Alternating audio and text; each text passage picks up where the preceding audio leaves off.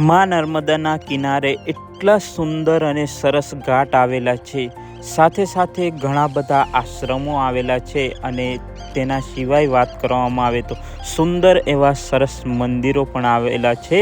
તો આજે તમને ભારતનું સૌથી પ્રાચીન બીજા નંબરનું શહેર ભરૂચ છે તેના ઘણા બધા અમે સ્થાનો કવર કરવાના છે અને તમને આ વિડીયોની અંદર બતાવવાના છીએ. તો જરૂર વિડીયો જોજો અને આ જે પવિત્ર ભૂમિ છે તેના દર્શન કરાવીશું. નર્મદે હર મિત્રો, કેમ છો? આશા કરું કે તમે બધા મજામાં જ હશો અને આપણે પણ મજામાં જ છીએ. મિત્રો, જ્યારે આપણે સમુદ્ર પાર કરીએ છીએ ત્યારે રોકાવા માટે એક જગ્યાએ આવ્યા હતા અને તે છે મીઠી તલાઈ. તો ત્યાં નર્મદા મૈયાનું આશ્રમ પણ મંદિર પણ આવેલું છે અને આશ્રમ પણ છે. તો અહીં પણ રહેવા માટેની સુવિધા છે. બીજી વાત કરું તો મોટે ભાગે જેટલા પણ પરિક્રમાવાસીઓ હોય છે તે અહીંયા રોકાતા હોય છે. અને વાત કરવામાં આવે તો કેટલાક ટ્રાવેલિંગ કરતા હોય છે, મતલબ ટ્રાવેલ્સની અંદર આવતા હોય છે કેટલાક.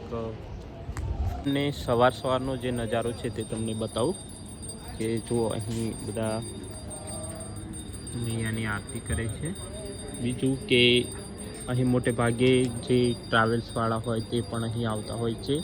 પછી જે પરિક્રમાવાસીઓ હોય તે પણ આવતા હોય, મતલબ અહીં જગ્યા થોડી વિશાળ છે એટલે ખૂબ જ મોટી સંખ્યાની અંદર અહીં પરિક્રમાવાસીઓ રોકાતા હોય છે.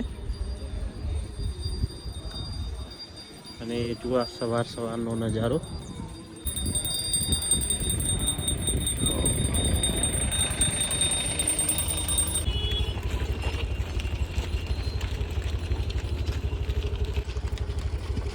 नर्मदे हर, लाइन में चलो नर्मदे हर.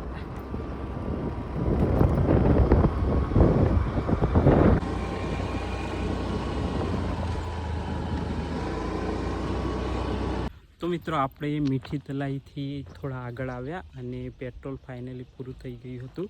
તો પેટ્રોલ પુરાવી દીધું અને ત્યાર પછી ધીરે ધીરે આગળ વધી રહ્યા છીએ. અને બીજું કે આપણે મૈયાનો જે કિનારો છે, કિનારાના વિસ્તાર ઉપર જઈ રહ્યા છીએ.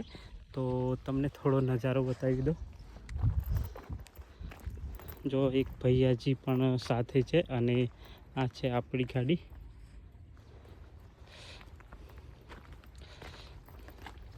नर्मदे हर. क्या नाम है आपका? शिव शंकर. नाम तो बढ़िया रखा है. તો મિત્રો, આ છે મૈયાનો નજારો અને અહીંથી તમને એવું લાગશે કે સમુદ્ર છે, પરંતુ હકીકતમાં મૈયાનું રૂપ છે જે એકદમ સમુદ્રથી નજીકનું છે. देखो ऐसे इंसान जहाज कैसे उठा के ले आएगा बहुत सारे. एकदम नानी नानी. ए आप आगे मत जाओ, क्यों जा रहे? देख, ये गूगल पे भी बोल रहा है हेड नॉर्थ वेस्ट. चल निकाल बोल रहा. क्या बोल रहा है?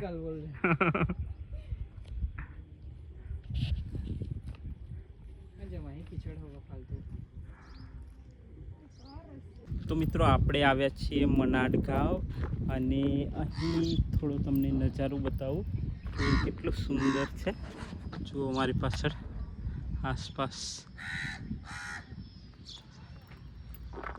આ છે જહાજ. જુઓ નાના છે, કેટલાક મોટા છે અને આ છે દરિયા કિનારા નજીકનો વિસ્તાર છે. જુઓ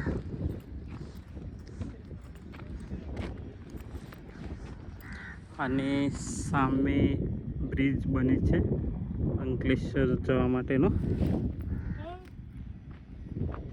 તો મિત્રો, ગુજરાતની વાત કરવામાં આવે તો લગભગ 1600 કિલોમીટરનો જે દરિયા કિનારો હોય તે ગુજરાતની પાસે મતલબ આવેલો છે.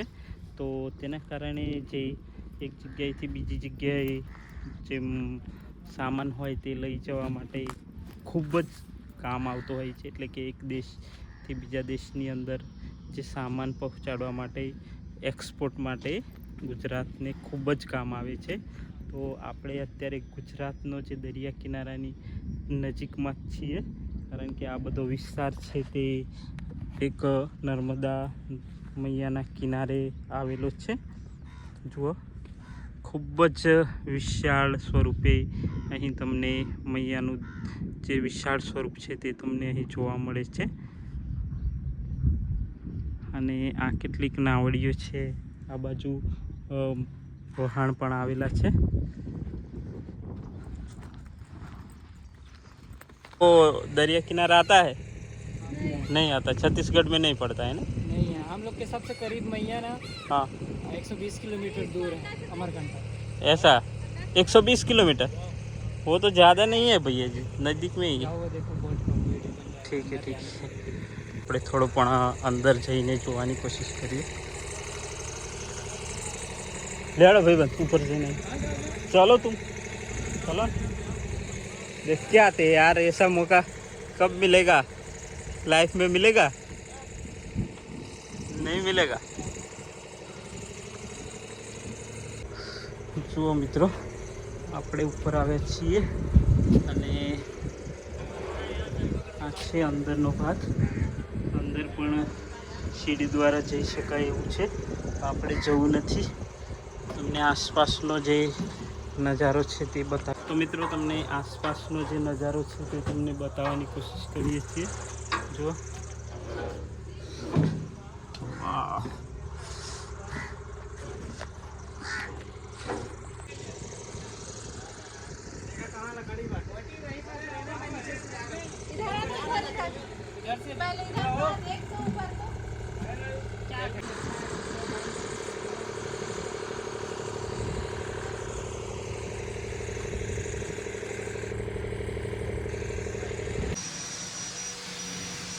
તો મિત્રો, આપણે આવ્યા છીએ એક મંદિર છે, જુનેશ્વર મહાદેવનું મંદિર. હાલ બની રહ્યું છે. અને જુઓ, આ છે શિવલિંગ. આ છે શિવલિંગ. અને જો હાલ બનવાનું કામ ચાલુ છે. ખૂબ જ મોટા પાયે બની રહેલું છે. મોટું મંદિર છે.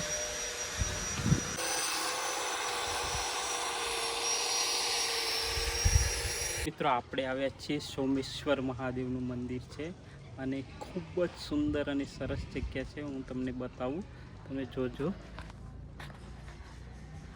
એ અહીંથી ચાલુ થાય છે. આ નવું મંદિર બની ગયેલું છે અને આ છે મૈયાનો કિનારો. જો સામે બોટ પણ આવેલી છે. આ બાજુ જોશો તો બી આવેલી છે. અને આ બાજુ ભંડારો ચાલુ છે. જુઓ, અહીં પણ એક મંદિર આવેલું છે.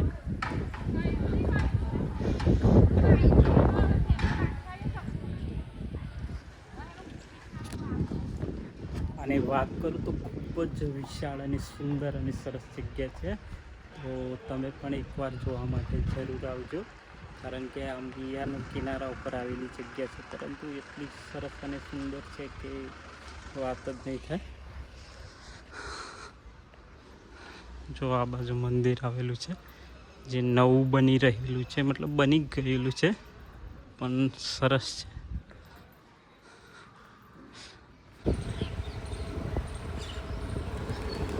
તો મિત્રો, આપણે આવી ગયા છીએ ભરૂચની અંદર અને ભરૂચની અંદર જે જોવાલાયક છે તે બતાવવાની કોશિશ કરીશું.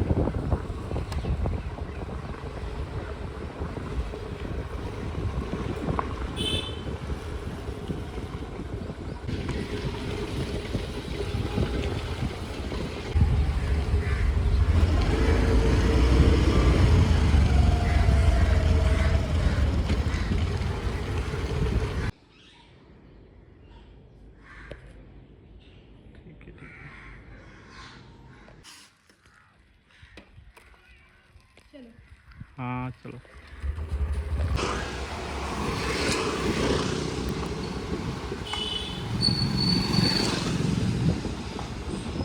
नर्मदे.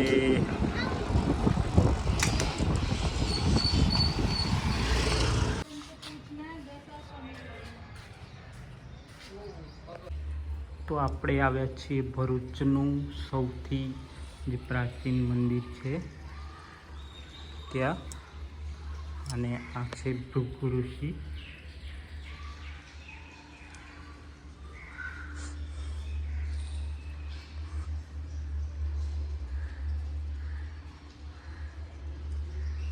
તો મિત્રો વારાણસી છે તે સૌથી જૂનામાં જૂનું શહેર છે અને તેના પછી આ જે ભરૂચ છે તે આવે છે અને આપણે જે હાલ આવ્યા છીએ તે ભૃગુ ઋષિનું આશ્રમ છે તે આવેલા છે અને તેના પરથી ભરૂચ નામ પડેલું છે.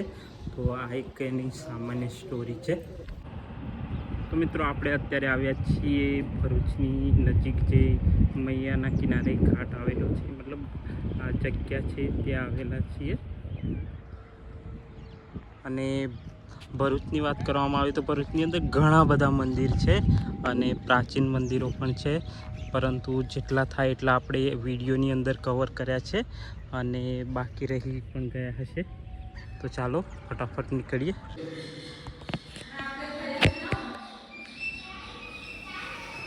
આવેલું આ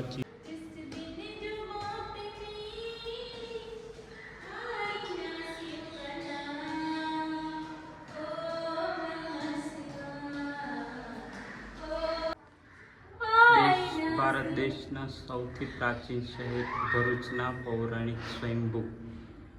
भारत देश का सबसे प्राचीन शहर है भरूच और उसका पौराणिक स्वयंभू शिवलिंग है. यही हाँ, नवनाथ महादेव, मतलब बहुत पुराना है. जैसे ये लिस्ट बताया है ना, इसमें भूतनाथ को हम छोड़ दिए थे ना. हाँ, ये देखना यहाँ पे है सबका यहाँ का. भूतनाथ हमने देखा ना किले के नीचे से हाँ तो मंदिर गए नहीं ना. प्रेमनाथ है, ये देखिए प्रेमनाथ, भूतनाथ, ये इनका भी नहीं.